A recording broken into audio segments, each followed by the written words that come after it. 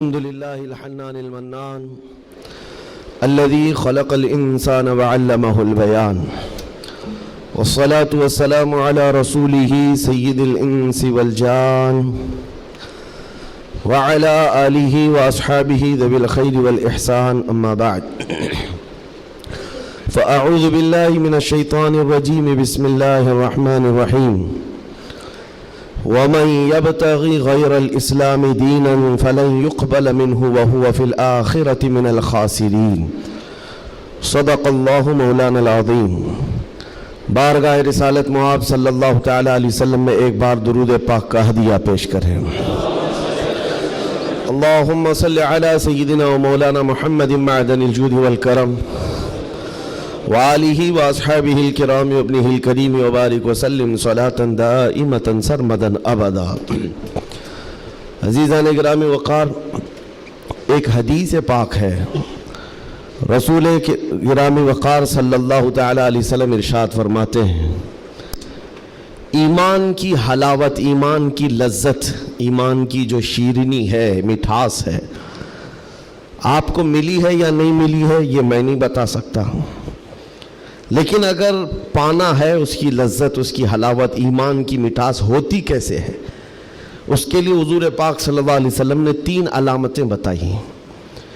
جس شخص کے اندر یہ 3 باتیں آ جائیں تو پھر وہ ایمان کی لذت محسوس کر سکتا ہے، ایمان کی مٹھاس اسے مل سکتی ہے۔ ایمان جو ہے صرف داڑھی ٹوپی کا نام نہیں ہے، جبہ کرتے کا نام نہیں ہے، ایمان صرف جھنڈا لے کر گھومنے کا نام نہیں ہے، ایمان ایک الگ کیفیت ہے جس کا سرور بندے کو ملتا ہے، جس کی لذت اور جس کی شیرینی کو وہ بتا نہیں سکتا، اور وہ کیسے حاصل ہوتی ہے؟ 3 چیزیں میرے آقا فرماتے ہیں۔ پہلی چیز، اللہ اور اس کے رسول سے سب سے زیادہ محبت کرتا ہوں، پہلی چیز۔ اور دوسری چیز یہ ہے کہ جس سے بھی محبت کرتا ہے دنیا میں وہ صرف اللہ اس کے رسول کے لیے کرتا ہے۔ تیسری چیز ہے، کفر میں واپس لوٹنے کو اتنا سخت سمجھتا ہو جیسے آگ میں ہاتھ ڈالنے کو سخت سمجھتا ہو۔ آگ میں ہاتھ ڈالنا کسی کے لیے آسان ہوگا، لیکن کفر و شرک کی طرف جانے کو سخت ناپسند کرتا ہو۔ یہ 3 چیزیں اگر تمہارے اندر آ گئی تو ایمان کی لذت مل جائے گی، ایمان کی مٹھاس مل جائے گی۔ زندگی میں سب سے زیادہ پرائیورٹی کس چیز کو ہو؟ اللہ اور اس کے رسول کو۔ دوسری چیز، دنیا میں جس سے بھی تعلق بنے گا وہ صرف اللہ اور اس کے رسول کے لیے بنے گا۔ تیسری چیز، کفر کی طرف کبھی لوٹنا پسند ہرگز نہ کرے، بلکہ کفر کا نام سنتے ہی اس کے اندر ایسی ہیبت آ جائے کہ میں آگ میں ہاتھ ڈالنا تو پسند کروں گا لیکن کفر کی طرف ہرگز نہیں جا سکتا۔ یہ 3 چیزیں تمہارے اندر ہیں یا نہیں، آپ آبزرو کر لیں، خود آپ اس کا احتساب کر لیں کبھی بیٹھ کر کے کہ میں زندگی میں سب سے زیادہ کس سے محبت کرتا ہوں۔ اگر اللہ اس کے رسول سے سب سے زیادہ محبت کرتے ہو تو اس کا مطلب ہے کہ پہلی چیز تمہارے اندر آ گئی ہے۔ اور اپنے تعلقات کو دیکھ لو، جس سے بھی آپ کے تعلقات ہیں وہ اللہ اس کے رسول کی رضا کے لیے ہے تو دوسری چیز بھی تمہارے اندر ہے۔ اور تیسری چیز بہت امپورٹنٹ ہے جو اس زمانے کے لیے ہے، کفر کی طرف لوٹنا اتنا ناپسند کرتا ہو جتنا آگ میں جانا بھی ناپسند نہ کرتا ہو۔ یعنی آگ میں جانا جتنا اس کے لیے ناپسند ہے اس سے زیادہ کفر میں جانے کو ناپسند کرتا ہو۔ یہ چیز اگر آپ کے اندر ہے تو میرے عزیزوں ایمان کی لذت مل جائے گی، ایمان کی مٹھاس مل جائے گی۔ اس دور کے حالات کے اعتبار سے میں اگر بات کروں، قرآن کی آیت تو 1400 سال سے یہ اعلان کر رہی ہے، وَمَنْ يَبْتَغِي غَيْرَ الْإِسْلَامِ دِينًا فَلَنْ يُقْبَلَ مِنْهُ۔ اسلام کے علاوہ کسی بھی دین کی طرف تم منہ بھی لگائے، توجہ بھی کیے تو قیامت کے دن پھر وہ سب سے بڑے گھاٹے میں ہوں گے، ہرگز قبول نہیں کیا جائے گا۔ میں بات یہاں سے شروع کرتا ہوں کہ آج لوگوں نے اس کو ہلکے میں لینا شروع کر دیا، چاپلوسی کرتے کرتے، خوشامد دوسروں کی واہواہی حاصل کرنے کے لیے کبھی پوجا پاٹ میں بھی شریک ہو گئے، کبھی ان کی رضا حاصل کرنے کے لیے ان کی محفل میں بھی بیٹھ گئے، اللہ اس کے رسول کو چھوڑ دیا۔ تمہارے دین میں کمی کس بات کی ہے؟ کتوں کو راضی کرنے کے لیے شیر کبھی کتا نہیں بنتا، ایک بات یاد رکھو، رسول پاک صلی اللہ تعالیٰ علیہ وسلم کا جو سپاہی ہے وہ ہر گھڑی ہر میدان میں سپاہی ہے. اسے کس چیز کی کمی ہے؟ کس چیز کی کمی ہے؟ جو عزت ملی ہے وہ نام مصطفیٰ سے ملی ہے. ایک صحابی ہیں حضرت نعمان، ایک بادشاہ کے ہاں گئے تھے ایمبیسیڈر بن کر کے، ترجمان حضور کے قاصد بن کر گئے تھے. بہت دور ملک تھا، میرے آقا مدینے میں ہیں، لیکن جانتے ہو اس بادشاہ نے آپ کے آنے کے لیے ریشم کا قالین بچھایا، سونے کی کرسی لگائی. لیکن وہ صحابی رسول جیسی آئے، اپنی تلوار سے انہوں نے ریشم کے قالین کو پھاڑ دیا، زمین پر چلنے لگے. اور کرسی جب سونے کی کلائی کی ہوئی کرسی بچھائی گئی ان کے لیے، بادشاہ نے بہت عزت دیا کہ محمد عربی کا قاصد آیا ہے، سفیر آیا ہے، لیکن انہوں نے کرسی کو بھی ٹھکرا دیا، کہا مجھے دوسری کرسی لاؤ. کیوں؟ صرف اس لیے. اس بادشاہ نے پوچھا کہ اتنا زیادہ غرور ہے عرب والوں میں، اتنا زیادہ ایٹیٹیوڈ ہے محمد عربی کے غلاموں میں، ان کے سفیروں میں؟ صحابی رسول نے کہا نہیں، نہ یہ غرور ہے نہ یہ تکبر ہے. میرے آقا صلی اللہ تعالیٰ علیہ وسلم نے فرمایا ریشم کا استعمال مرد کے لیے حرام ہے، سونے کا استعمال مرد کے لیے حرام ہے. تو میں مدینے میں رہوں تب بھی غلام ہوں، دنیا میں کہیں پر رہوں تب بھی میں غلام ہوں. انہوں نے پاس و لحاظ رکھا ہے نسبت رسول کا. تو پھر وقت کے بادشاہوں کو بھی انہوں نے جھکنے پر مجبور کیا ہے. کس چیز کی کمی ہے مسلمانوں تمہارے پاس؟ کون سی دولت کی کمی ہے؟ سب سے بڑی دولت تو تمہارے پاس یہ ہے آج تک. ایک بہت بڑی بات میں بتاؤں آپ کو، یہ آپ کی مسجد کے امام ہیں، محبت چاہے جتنی بھی کرتے ہو آپ ان سے، عقیدت جتنی بھی کرتے ہو، ایک دن ان سے کہہ دینا مولانا عبد الکریم اپنے باپ کا نام لے کر لوگوں کو رکوع میں جھکا کے دکھائے. لوگوں کو اللہ اکبر کہنے کی بجائے اپنے باپ کا نام یا بادشاہ کا نام لے کر سجدے میں جھکا کر کے دکھائے. کوئی جھک سکتا ہے؟ ارے بادشاہ وقت بھی یہاں آ کر کھڑا ہو جائے اور کہے میرے نام سے جھک جاؤ، مجال ہے کوئی ایک بھی پیشانی جھکے گی؟ نہیں جھکے گی. ہاں اگر ایک کمزور کسان کا بچہ بھی حافظ قرآن ہو اور آ کر مصلی پر صرف اللہ کا نام لے، سب کی پیشانیاں جھکتی. یہ خاصہ ہے اس قوم کا کہ اس قوم کو اگر جھکایا جا سکتا ہے تو صرف اللہ کے نام پر، باقی کسی کے نام پر یہ پیشانی نہیں جھکتی ہے. اور آپ کو پتہ ہے آج کے دور کا یہ بھارت تو چھوٹا ہے، اکھنڈ بھارت جس پر اکبر بادشاہ راج کرتا تھا، جس میں افغانستان تک کی سیمائیں آتی تھی، اس دور میں ڈکٹیٹر رول ہے، کوئی الیکشن والا بادشاہ نہیں ہے. 40 سال تک بیٹھا ہوا بادشاہ جب نیا دین لے کر کے آیا، اور اس کا نام بھی اکبر تھا، نمازیں بھی اس نے اس طرح بنائی کہ بادشاہ کے نام پر رکوع ہوگا، سجدہ ہوگا. میرے عزیزو، ایسا تمکنت اور ایسے جلال والا بادشاہ، لاکھوں کی فوج ہے اس کے پاس، بڑے بڑے راجے مہاراجے آنکھ نہیں ملا سکتے تھے، لیکن جب اس نے یہ کہا کہ عبادت میں بادشاہ کے نام پر جھکنا ہوگا، صرف 25 سال کی عمر کا مجدد الف ثانی کھڑا ہو گیا، کہا نہیں یہ پیشانی جھکے گی تو صرف اللہ کے نام پر. حد ہو گئی میرے عزیزو. بادشاہ وقت جس کے پاس سارا جبر طاقت ہے نہیں جھکا سکا، اور جھکانے کے لیے اس نے ایک بار کیا کیا، دربار میں اتنا چھوٹا سا دروازہ بنایا کہ آنے والا جھک کر کے ہی آئے، جو بھی دربار میں آئے وہ جھک کر، سیدھا آ نہیں سکتا تھا، اتنی چوکھٹ چھوٹی بنا دی. مجدد صاحب رحمت اللہ تعالیٰ علیہ کو بلایا گیا تھا دربار میں کہ یوں تو یہ جھکتا نہیں، لیکن دربار میں آنا ہے تو کیسے آئے گا. جب وہ قریب پہنچے دیکھا کہ اتنی چھوٹی چوکھٹ بنی ہوئی ہے اور یہاں جانے کے لیے رکوع کی حالت میں جانا پڑتا ہے. وہ اللہ رب العزت کا ایسا بندہ، رسول پاک کا سپاہی، اپنے دین کا محافظ، دیکھتا ہے جانا ہے ٹھیک ہے جائیں گے، لیکن جس وقت داخل ہونا تھا وہ نہ جھکے، نہ ہی رکوع کیا، نہ ہی پیشانی جھکائی، پہلے پیر اندر ڈال دیا، پیر اندر ڈال دیا. جیسے سامنے لوگوں نے دیکھا کہ لوگ پیشانی پہلے اندر ڈال کر کے آتے تھے، اور یہ عالم دین ہے کہ پیر اندر ڈال کر کے آ رہا ہے. یہاں جیسی آئے تو لوگوں نے یہ اعلان کیا کہ بادشاہ کی بڑی توہین ہوئی، بادشاہ کی بڑی توہین ہوئی، پاؤں دکھا کر کے آ رہا ہے یہ مولوی، قدم دکھا کر کے آ رہا ہے. آپ نے کہا بادشاہ کی توہین میں نے نہیں کی، بادشاہ نے خود اپنی توہین کروائی ہے.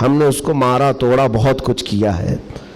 تو پھر یہ بات خبر پھیلی اس لڑکی کے اسلام لانے کی, تو مقامی علماء کو پوچھا گیا.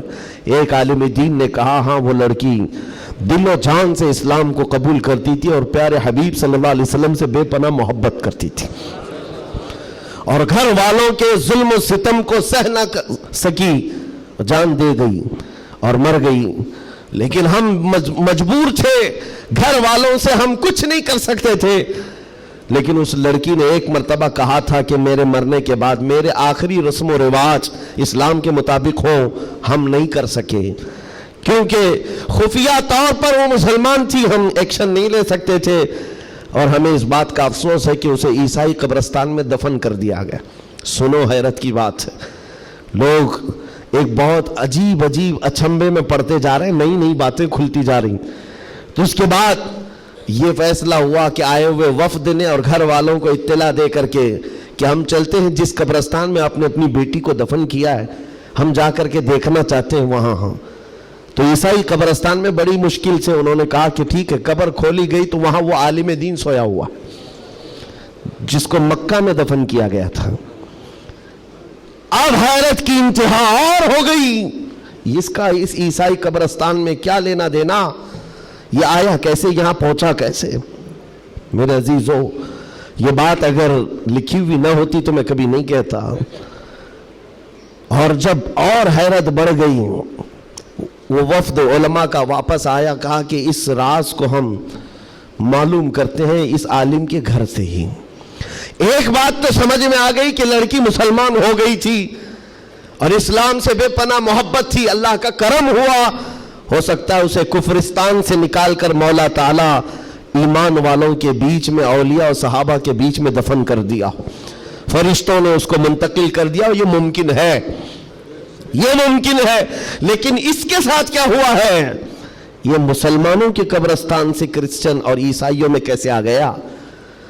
گئے واپس جانے کے بعد بہت قابل توجہ بات کر رہا ہوں, اور اس زمانے کی بہت ہی امپورٹنٹ چیز آپ کو میں بتا رہا ہوں, دل دہلا دینے والی چیز ہے. واپس آنے کے بعد اس عالم کے گھر گئے لوگ, اس کی بیوی موجود تھی جو بیوہ تھی. جا کر پوچھا کہ تیرے شوہر کے بارے میں ہمیں کچھ معلومات حاصل کرنی ہے. اس نے کہا بتائیے کیا ہے. کہا کہ کیسا تھا وہ. کہا اس کے اخلاق بہت اچھے تھے, اور نمازوں کی, کہا ایک نماز بھی قضا نہیں کرتا تھا, پابند تھا, لین دین میں سب چیزوں میں اچھا تھا. پھر بچا کیا, بیوی ساری چیزیں اچھی بتا رہی, مسلمان ہے. بیوی نے گھبرا کر پوچھا آخر اس کے بارے میں اتنی تحقیق کیوں کر رہے ہیں, آپ بتا سکیں. تو علماء نے کہا کہ بتانے کے لائق نہیں ہے, لیکن سن لو, تمہارا شوہر مکہ کے قبرستان میں نہیں ہے, عیسائیوں کے قبرستان میں ملا. اس کی قبر میں وہ موجود نہیں. وہ دھاڑے مار کر رونے لگی کہ ہائے کیا ہو گیا میرے شوہر کے ساتھ, وہ عیسائیوں کے قبرستان میں کیسے پہنچ گیا. اور جب اس کا غم میں کچھ افاقہ ہوا تو خاتون کہتی ایک بات ہے جو بات مجھے آج کہنا ہے, توجہ. عورت کہتی ایک بات ہے, میرا شوہر سب اچھا تھا, لیکن کیا ہے جانتے ہو, جب ہم لوگ رات کو سوتے یا جمع کرتے, غسل واجب ہوتا, تو ہر بار میرا شوہر ایک بات کہتا کہ عیسائیوں کے مذہب میں کتنا اچھا ہے کہ غسل واجب نہیں ہوتا. یہ ہمارے اسلام میں ہے کہ بار بار نہانا پڑتا ہے, عیسائیوں کے مذہب میں جو ہے جمع کرنے کے بعد غسل واجب نہیں ہوتا, کتنا اچھا ہے. یہ بات وہ کہتا تھا, تب میں اس کو ٹوکتی تھی کہ دین اسلام کے علاوہ کسی دوسرے مذہب کے متعلق مت کہا کرو. بار بار وہ یہ کہتا تھا, شاید یہ وجہ ہے کہ موت کے بعد اسے وہیں پہنچا دیا گیا جہاں کی وہ بات کرتا تھا. وَمَن يَبْتَغِ غَيْرَ الْإِسْلَامِ دِينًا فَلَن يُقْبَلَ مِنْهُ, قرآن کہتا ہے جو اسلام کے علاوہ دوسرے دین کی طرف منہ پھیرا ہرگز نہیں قبول کیا جائے گا. اور میرے آقا فرماتے ہیں من تشبہ بقوم فہو منہم, جس نے کسی دوسری قوم کی مشابہت اختیار کی, قیامت کے دن اسی قوم کے ساتھ اسے اٹھایا جائے گا, اسی قوم کے ساتھ اٹھایا جائے گا. مسلمانوں, آج ایمان مضبوط کرنے کا وقت آ گیا آپ کے. ہواؤں کو دیکھ کر, طوفانوں کو دیکھ کر آپ اپنے دین میں ذرا بھی لچک نہ لانا. کلمہ طیبہ پر اگر حملے ہونے لگے تو کیا تم اپنا کلمہ بدل لو گے؟ اذان سے اگر کسی کو نفرت ہونے لگی تو کیا اذان کی کلمے بدل لو گے؟ یہ دنیا اگر تم بدلنے لگ گئے تو اتنا بدلے گی کہ انسان کی بجائے کتا بنا کر رکھ دے، تب بھی وہ راضی نہیں ہوں گے، تب بھی وہ راضی نہیں ہوں گے۔ ہم نے دیکھا ہے ان لوگوں کو جو آج بھی دھوتیاں اٹھا کر کے چلتے ہیں، جوتیاں اٹھا کر کے چلتے ہیں، ان کی حیثیت کیا ہے آج؟ کفار و مشرکین کے قدموں میں بیٹھ کر کے وہ سوچتے تھے کہ سکتہ مل جائے، تختہ مل جائے، ملا کچھ نہیں، استعمال ہوتے رہے، ذلیل اتنے ہوئے کہ نہ اپنی قوم کے رہے نہ اس قوم کے رہے۔ کاش ایک بار میرے مصطفیٰ کا وفادار بن کر دیکھتا، ایک بار بن کر کے دیکھتا، پھر عزتیں کیا ہیں؟ اللہ اکبر، جب تک بکے نہ تھے تو کوئی پوچھتا نہ تھا، یا رسول اللہ تم نے خرید کر ہمیں انمول کر دیا ہے۔ حضور کے قدموں میں جو عزت ہے وہ کہیں نہیں مل سکتی۔ تخت کے لیے، سکتے کے لیے جو لوگ اپنا مشن بھول گئے، اپنا دین بھول گئے، اپنا ضمیر بیچ لیے، میرے عزیزوں بہت بڑے گھاٹے میں ہیں، بہت بڑے گھاٹے میں ہیں۔ زندگی میں ایک بات یاد رکھو، اسی لیے میں نے اسی حدیث سے یہ بات شروع کی۔ اللہ کے نبی فرماتے ہیں کفر کی طرف پلٹنے کو اتنا ناپسند کرتا ہو جتنا آگ میں ہاتھ ڈالنے کو ناپسند کرتا ہو، آگ میں ہاتھ ڈالنے کو ناپسند کرتا ہو، اتنا سخت و ناپسند کرتا ہو، تب جا کر کے اس کو ایمان کی لذت ملے گی، ایمان کی حلاوت ملے گی۔ آج اپنے بچوں کو بھی یہ نصیحت کرو، کفر کی آندھیاں چلی ہوئی ہیں، تمہارے بچوں کو اسکولوں میں کب کافر بنا دیا جاتا ہے پتہ ہی نہیں چلتا، کب تمہیں کون سے بھجن سکھائے جائیں، کون سے گیت سنائے جائیں جس کی وجہ سے بندہ کافر بن جاتا ہے، اسلام سے اس کا تعلق ہی ختم ہو جاتا ہے۔ اپنے بچوں کو اس بات کی تو تلقین کر کے جاؤ، بیٹا ہر چیز قربان کی جا سکتی ہے لیکن ایمان کا سودا نہیں ہوتا، ایمان کا سودا نہیں ہوتا۔ ایمان یہ اللہ تعالیٰ کی طرف سے دی ہوئی ایسی بڑی نعمت ہے، کروڑوں ہیں دنیا میں مگر مولا نے تمہیں چنا ہے دین اسلام کے لیے، اور اس میں بھی مسلمانوں میں بھی اللہ کا کتنا بڑا احسان ہے، ہزاروں فرقے ہیں لیکن عاشقوں میں تمہیں چنا گیا ہے۔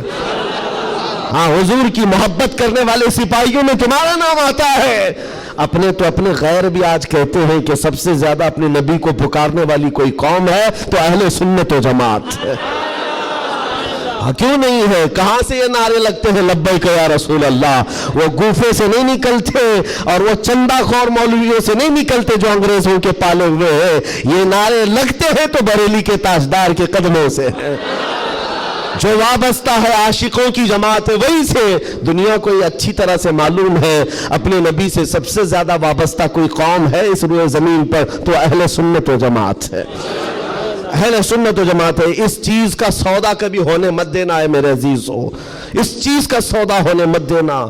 لوگ یہ کہتے ہیں سیکولر بن کر کے جینا چاہیے، یہ بھی اچھا وہ بھی اچھا، میں کہتا ہوں وہ تو منافق ہے۔ پھر سیکولر کا مطلب منافق ہے، دل میں کچھ اور رکھتا ہے، سامنے کچھ اور دکھاتا ہے۔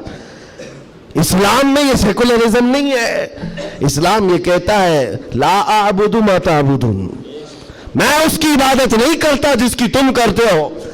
جانتے ہو میرے آقا صلی اللہ تعالیٰ علیہ وسلم نے 2 ٹوک جملوں میں کہا تھا، ایسا نہیں ہے کہ مصلحت میرے آقا سے زیادہ کون جانتا ہے۔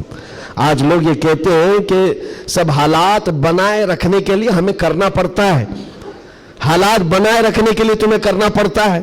یہ کیسی بات ہوئی؟ یہ وہ لوگ ہیں جو حالات بنائے رکھنے کے لیے اپنی ماں اور بہنوں کی عزت بھی داؤ پر لگا دیں گے۔ جب درندہ کوئی ڈاکو اس کو خوش کرنا ہو تو کیا تم اپنی عورتوں کا سودا کر سکتے ہو؟ غیرت مر گئی ہوگی ایسے بندے کی۔ حضور پاک کے پاس مشرکین آئے، یہ آپ کو میں بتا دیتا ہوں، قل یا ایھا الکافرون لا اعبد ما تعبدون، یہ سورہ پڑھتے ہیں کہ نہیں پڑھتے نماز؟ کب نازل ہوئی تھی آپ کو بتا دوں، یہ سورہ کب نازل ہوئی؟ حضور پاک صلی اللہ علیہ وسلم کے پاس مشرکین مکہ آئے اور کہا اے محمد صلی اللہ علیہ وسلم ایک کام کریں، آپ ہمارے خداؤں کو برا بھلا مت کہیے، ہم آپ کے دین میں آ جائیں گے، اسلام پر ہم بھی تھوڑا تھوڑا عمل کریں گے، لیکن جن کی ہم پوجا کرتے ہیں نا، عبادت کرتے ہیں، ان کو کچھ مت کہیے۔ حضور پاک نے فرمایا جو شرک ہے میں اس کو شرک کہوں گا، اللہ کے سوا کوئی دوسرے کی عبادت ہے ہی نہیں، اور اس بات کا میں اعلان کروں گا حضور آئے ہی ہیں شرک کو ختم کرنے۔ حضور نے فرمایا یہ نہیں ہو سکتا، تو پھر آپشن دوسرا مشرکین کی طرف سے کہا ایک کام کرتے ہیں, 1 سال آپ ہمارے خداؤں کی عبادت کریں, 1 سال ہم آپ کے خدا کی عبادت کریں گے, ہاں آدھا آدھا کریں گے.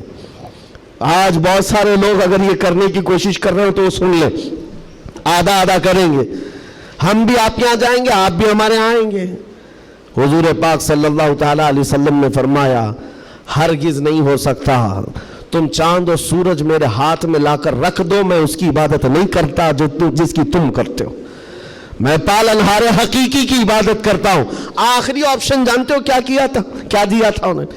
مشرکین نے کہا چلو محمد صلی اللہ علیہ وسلم آپ یہ بھی نہیں مانتے وہ بھی نہیں مانتے تو کم سے کم اتنا کرو کہ صرف اور صرف ہمارے خداؤں پر ایک بار ہاتھ رکھ دو, بس چھو کر کے چلے جاؤ. نبی پاک صلی اللہ علیہ وسلم سے صرف اتنا تقاضا تھا ان کا کہ آپ ہاتھ لگا کر چلے جائیں. یہاں تو سر جھکانے والے بھی موجود ہیں, ہاتھ لگا کر چلے جائیں. نبی پاک صلی اللہ علیہ وسلم جلال میں کہا ہاتھ لگانے کی بات, بلکہ میں تو نظر بھی اٹھا کر نہ دیکھوں, نظر بھی اٹھا کر نہ دیکھوں. تب اللہ تعالیٰ نے پوری سورہ نازل فرمائے قل یا ایھا الکافرون لا اعبد ما تعبدون, اے محبوب آپ فرما دے اے کافروں میں اس کی عبادت نہیں کرتا جس کی تم عبادت کرتے ہو. یہ 2 ٹوک جملوں میں کہا گیا ہے. اور حالات ایسے بھی ہوئے میرے عزیزوں, چمتکار کو لوگ آج کہتے ہیں نا جو بھی چمتکار ہوگا اس کی پوجا ہوتی ہے, عجیب و غریب چیز دکھے تو لوگ اس کو ایک افواہ کے شکل میں ایسا بناتے ہیں جیسے اس کا عقیدہ بن جائے. حضور پاک صلی اللہ تعالیٰ علیہ وسلم کے زمانے میں صحابہ کو رجھانے کے لیے کیا کیا نہیں کیا گیا مکہ مکرمہ میں. یہ حالات آئیں گے اس لیے مجھے یہ گفتگو کرنی پڑ رہی ہے تاکہ تم اپنے ایمان پر مضبوط رہو. ایمان نہیں تو کچھ بھی نہیں ہے. تمہارے دوسرے گناہ تو معاف کر دیے جائیں گے, کفر و شرک ہرگز نہیں معاف ہوتا. ان اللہ لا یغفر ان یشرک بہ ویغفر ما دون ذلک لمن یشاء. رب تعالیٰ فرماتا ہے شرک کو اللہ ہرگز معاف نہیں کرے گا, اس کے علاوہ جو بھی ہے اللہ معاف فرمائے گا. ایمان ضروری ہے. صحابہ کا ایمان ختم کرنے کے لیے کیا کیا گیا؟ اتفاق ایسا ہوا کہ مکہ میں ایک بھگوان بولنے لگ گیا. پتھر کی مورت تھی اور پجاری بیٹھا ہوا تھا, اچانک پتھر جو ہے بات کرنے لگ گیا اور بات کر رہا ہے. ظاہر سی بات ہے یہ عجیب و غریب چیز ہے نا, یہ اس دور میں ہے. ہاں اس دور میں مٹی سے بنائے ہوئے ان کے معبود نہیں ہوتے تھے, وہ پتھر کو تراش کر کے بناتے تھے. اور میں کہہ رہا ہوں حقیقت میں بول رہا تھا, ایسے نہیں ہے کہ ادھر سے دودھ پلا رہے ادھر سے پانی نکل رہا ہو, وہ والا سسٹم نہیں ہے, بلکہ حقیقت میں پتھر بات کر رہا تھا. تب اور بات کر بھی کیا رہا ہے, حضور پاک صلی اللہ تعالیٰ علیہ وسلم کو جھوٹا کہہ رہا ہے. نعوذ باللہ معاذ اللہ رب العالمین. حضور کی شان میں گستاخی کر رہا پتھر. اب تو وارے نہیں آ رہے ان کی خوشیوں سے اچھل کود پر کہ دیکھو اب ہمارا خدا بولنے لگ گیا, سب سے بڑی دلیل ہے. لوگوں کو بلانے لگ گئے, واقعی بول رہا تھا. لوگ چمتکار دیکھتے ہیں تو سر جھکا لیتے ہیں, ارے حقیقت ہے پتھر بول رہا ہے, پتھر بول رہا ہے. سب آئے جمع ہونے لگے. مکہ کا ایک بڑا جم غفیر تھا تو صحابہ کو بھی بلایا گیا, دیکھو آؤ ہمارے خداؤں کو جھٹلاتے ہو, بات کر رہا ہے خدا, اور تم جس نبی کی بات کرتے ہو اس نبی کو جھٹلا رہا ہے.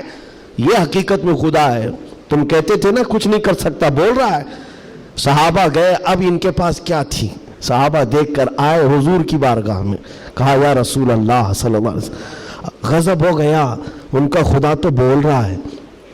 حضور نے اس پر کوئی زیادہ ریئیکشن نہیں دیا. کہا کیا بول رہا ہے؟ کہا یا رسول اللہ سننے کے لائق نہیں, آپ کی شان میں گستاخیاں کہہ رہا ہے, جملے بک رہا ہے. کہا کون؟ پتھر. حضور نے فرمایا ہاں. حضور نے پوچھا پتھر؟ صحابہ نے کہا ہاں یا رسول اللہ. حضور نے فرمایا چلو ہم بھی سنتے ہیں, ہم بھی چلتے ہیں, جا کر دیکھیں گے. نبی پاک صلی اللہ تعالیٰ علیہ وسلم تشریف لائے صحابہ کے ساتھ. صحابہ اکرام رضوان اللہ تعالیٰ علیہ مجمعین بھی ساتھ میں ہیں. جب نبی کریم صلی اللہ تعالیٰ علیہ وسلم وہاں قریب پہنچے تو وہ جو بت بول رہا تھا, بعد میں کر لے سکتے نا, جب وہاں پر حضور اکرم صلی اللہ تعالیٰ علیہ وسلم پہنچتے ہیں تو دیکھا وہ بت خاموش ہو گیا, اب نہیں بول رہا ہے, چپ ہو گیا ہے. حضور آتے ہیں, پجاری سے پوچھتے ہیں, بہت اعلان کر رہے تھے, کہاں ہے,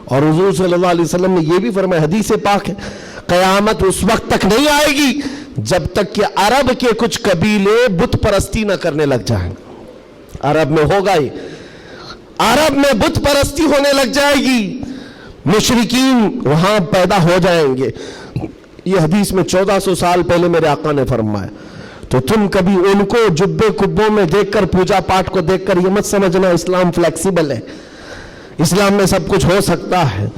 وہ تو آپ نشے کے اڈے بھی کھول لیں گے اور کھول رہے ہیں۔ شراب پر سے پابندی ہٹا کر کے سعودی عرب میں اب شراب بیچنے پر بھی بات آ گئی، عورتوں کا حجاب ختم ہے، مشرکین کا داخلہ ممنوع تھا، لیکن اب مدینہ رسول میں بھی مشرکین کا آنا اور اس کی اجازت دے دی گئی ہے۔ یہ ساری قیامت کے قریب کے حالات جو حضور نے پہلے بیان فرمائے، میرے آقا نے فرمایا ہے یہ عرب اس برائی کی طرف جا رہے ہیں جو ان کو جہنم میں لے جانے والی ہے، اور قیامت سے پہلے یہ ہوگا، لیکن ان کے یہ سارے کارنامے ہمارے لیے دلیل نہیں ہے۔ حرم مکہ کا امام کیا کرتا ہے یہ ہمارے لیے دلیل نہیں، صدیق اکبر کیا کہتا تھا وہ ہمارے لیے دلیل ہے، فاروق اعظم کیا کہتا تھا وہ دلیل ہے، عثمان غنی اور حیدر کرار کیا کہتے تھے وہ دلیل ہے۔ یہ بکے ہوئے لوگ اگر منبر پر چڑھ گئے تو ان کے خد و خال دیکھ کر کے تم مت بگڑ جانا۔ یہاں سے حالات ایسے ہو سکتے ہیں، خانہ کعبہ کے منبر پر کھڑے ہونے والا امام بھی اسرائیل کی فتح کے لیے دعا کر سکتا ہے، یہ ایمان بیچے ہوئے لوگ آ سکتے ہیں، اس لیے کہ یزید کا دور بھی آیا ہے، کرامتہ کا دور بھی آیا ہے، باطل قوتوں کا دور بھی آیا ہے جب انہوں نے کعبے کی امامت کی ہے، لیکن اہل سنت و جماعت ہمیشہ اس بات پر قائم رہے ہیں ان لوگوں سے ہمارا دین نہیں چلتا، اللہ اور اس کے رسول کی حقانیت اور قرآن سے ہمارا دین چلتا۔ اور ایک بات آخری، اسلام اپنا دفاع خود کرتا ہے، اسلام اپنا ڈیفینس خود کرتا ہے۔ کفار و مشرکین کو اگر یہ لگتا ہے کہ مسلمان سوئے ہوئے اسلام کا کچھ بھی کر لیں گے، یہ ناممکن ہے، پاسبل نہیں۔ ہم جیسے کروڑوں بھی سو گئے تب بھی اسلام قائم رہے گا۔ اسلام اپنا ڈیفنس خود کرتا ہے، کیوں؟ اس لیے کہ یہ انسانوں کا بنایا ہوا دین نہیں ہے، خلاق کائنات کا دین ہے۔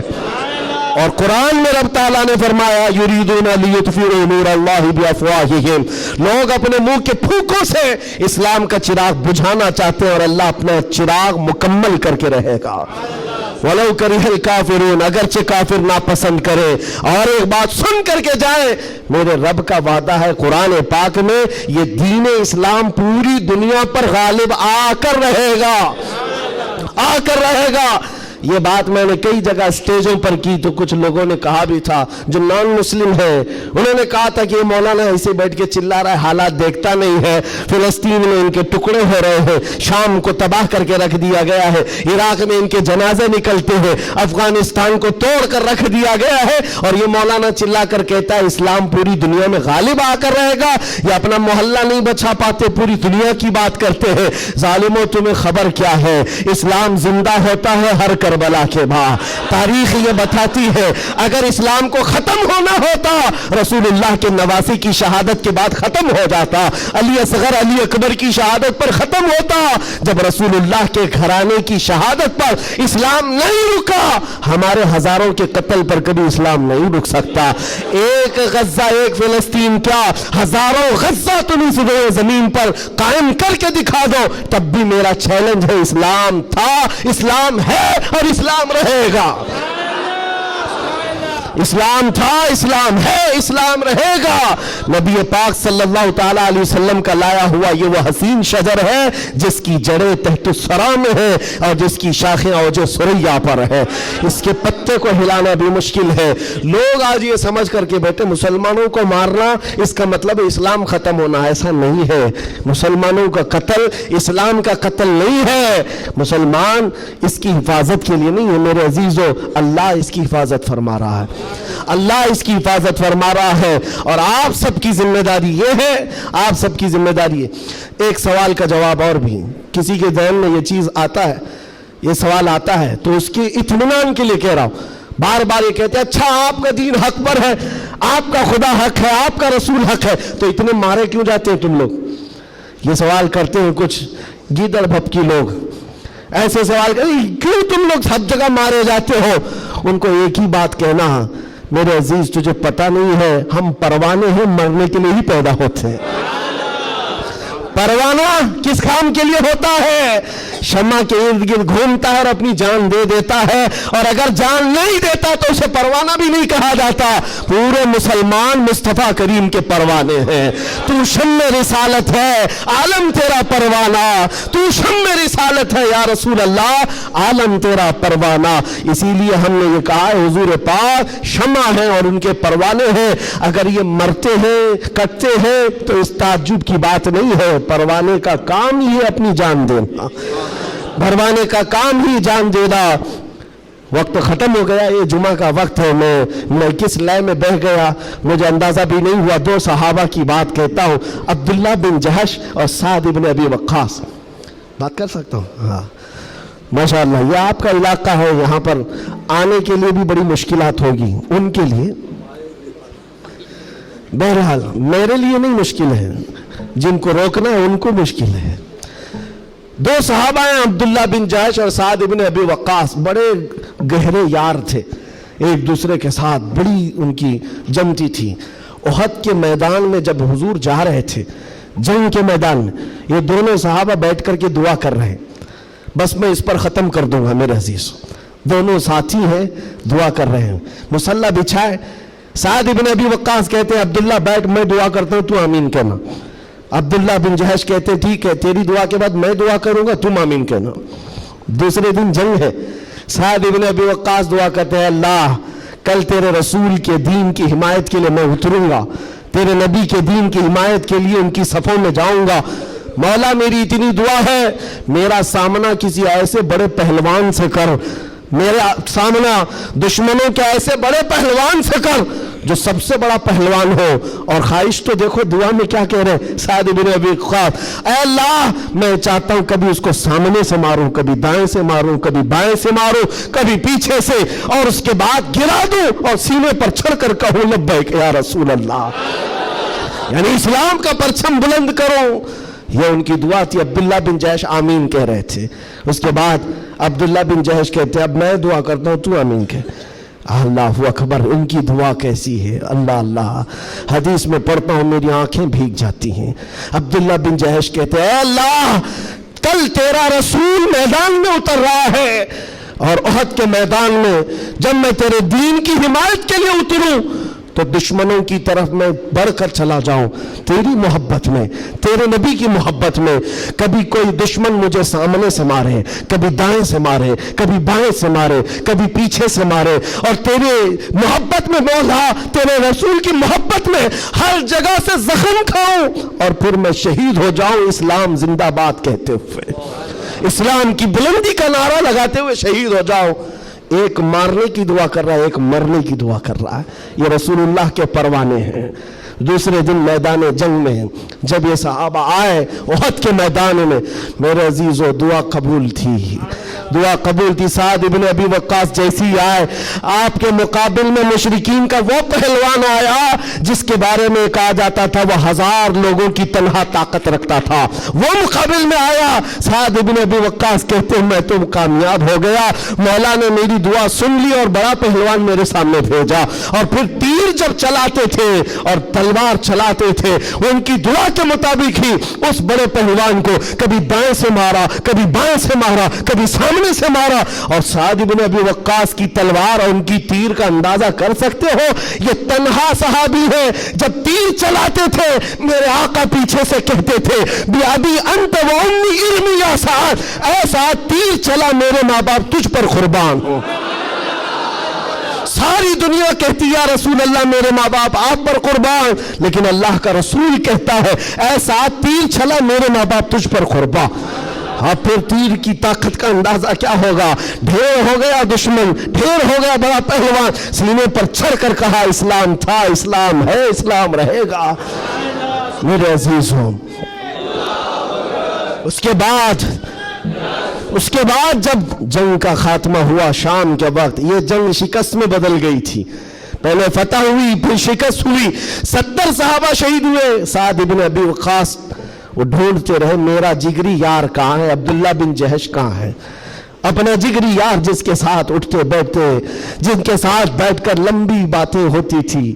ڈھونڈنے پر نکلے تو کسی نے کہا تمہارا جگری یار تو شہید ہو گیا, شہید ہو گیا. حضرت سعد ابن ابی وقاص کے دل پر لگی بات, جس کا گہرا دوست انتقال کر جائے اس کی دنیا ادھر سے ادھر ہو جاتی ہے. سعد ابن ابی وقاص کہتے ہیں میں دیکھنا چاہتا ہوں میرے جگری یار کو. ڈھونڈتے ہوئے آئے, لوگوں نے کہا عبداللہ بن جہش کو ماننا پڑے گا, ایسا لڑا کہ نرغے میں چلا گیا. سعد ابن ابی وقاص پوچھتے کیا ہوا ان کے ساتھ؟ لوگوں نے روتے ہوئے کہا عبداللہ بن جہش کو لوگ دائیں سے بھی مار رہے تھے, بائیں سے بھی مار رہے تھے, سامنے سے بھی مار رہے تھے, پیچھے سے بھی مار رہے تھے. مارتے مارتے شہید کیا, ان کے جسم کے 80 ٹکڑے کر دیے تھے, 80 ٹکڑے. ان کے ٹکڑوں کو رسی میں پیرو کر کافروں نے ہار بنا کر پہن لیا. حضرت سعد ابن ابی وقاص قریب آتے ہیں اور جسم کے ان کے ٹکڑے زمین پر گرے ہوئے تھے, جو گرم گوشت تھا اٹھایا. سعد ابن ابی وقاص کہتے عبداللہ تو مجھے چھوڑ کر چلا گیا, لیکن کل رات ہم نے دعا کی تھی, اللہ نے میری دعا بھی قبول کی, تیری دعا بھی قبول کی. سنو اے مسلمانوں, سعد ابن ابی وقاص کہتے ہیں میں نے جو دعا کی تھی اللہ نے وہ قبول کیا, بڑا دشمن میرے سامنے لایا, اور تو نے جو دعا کی تھی اللہ نے وہ بھی قبول کیا, مگر قسم رب ذوالجلال کی اے عبداللہ میری دعا سے تیری دعا کئی درجے افضل ہے, اس لیے کہ مارنے کی بات الگ ہے, حضور کی محبت میں مر جانے کا مزہ الگ ہوتا ہے. جان ہے عشق مصطفیٰ روز فضو کرے خدا, جس کو ہو درد کا مزہ نازے دوا, اٹھائے کیوں پھر کے گلی گلی تباہ, ٹھوکرے سب کی کھائی کیوں, دل کو جو عقل دے خدا تیری گلی سے جائے کیوں. وآخر دعوانا الحمدللہ رب العالمین.